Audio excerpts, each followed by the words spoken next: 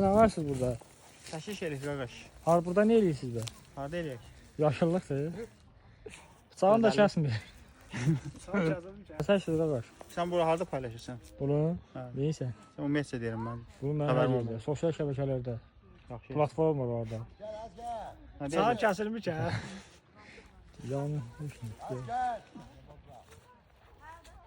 Biz həmişə bizim Bəli. biz hardasa çəkiş eləyirik. bəli bəli. Təsvir ucqar bir dağ olsun.